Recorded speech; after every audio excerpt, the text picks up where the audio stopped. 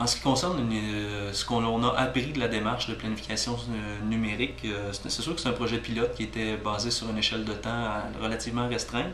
Un petit écueil auquel on a fait face assez rapidement, c'était puisqu'on l'a intégré dans la démarche de planification stratégique, donc on n'a pas formé un comité d'experts. On a utilisé les forces en place, donc nos forces vives du milieu qui étaient déjà sur nos chantiers de travail. Ben, la première étape, c'était de démystifier, et ça peut paraître un peu bête, là, mais de démystifier le numérique. La plupart des acteurs l'utilisent, mais démystifier en quoi le numérique est un outil de travail en donnant, et c'est en identifiant des exemples concrets d'utilisation en milieu de travail qu'on a réussi tranquillement à démystifier le numérique et surtout aussi la plus-value d'un plan.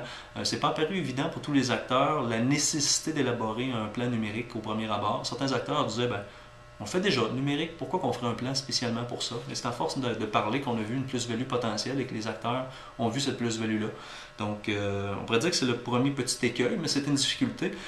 Aussi lié au deuxième point que je soulignerais, c'est-à-dire cette démarche-là étant un projet pilote qui nous venait dans le fond d'un groupe de réflexion qui a été amené à la MRC d'Athabasca.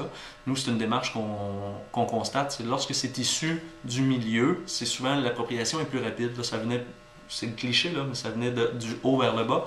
Donc, ça venait pas d'un besoin instinctif. Donc, c'est pas ressorti par un groupe de travail qui a dit « Ah, planification numérique, il faudrait faire ça. » C'est le contraire. On les a sensibilisés.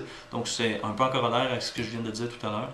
La nécessité d'appropriation. Ça a été probablement ça, la difficulté au premier abord. Donc, on inviterait les territoires qui veulent se lancer là-dedans de prendre le temps de ne pas se donner un échéancier trop serré, surtout au début lorsqu'on tente d'initier nos partenaires à cette démarche-là, et nous-mêmes de comprendre les défis de ça.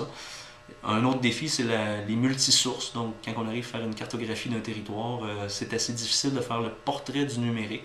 On se rend compte qu'il y a plusieurs initiatives sur le territoire qui étaient méconnues jusqu'au lancement d'une démarche comme celle-là. Donc, il faut prendre du temps. Il ne faut pas oublier, le numérique n'est pas une fin en soi, c'est un moyen. Et c'est l'angle qu'on a décidé d'utiliser dans les MRC d'Athabasca. Parce qu'un plan numérique, s'il ne vise pas un autre but, par exemple chez nous, de relever nos défis démographiques, qui retouchent probablement une bonne partie de la province du Québec, mais si le numérique ne sert que le numérique, ça sert un peu à rien, c'est cliché. Donc, s'il sert un but, par exemple, d'attirer des nouveaux citoyens, de maintenir ceux qu'on a, là devient vraiment sa fonction d'outil qui peut nous propulser plus loin.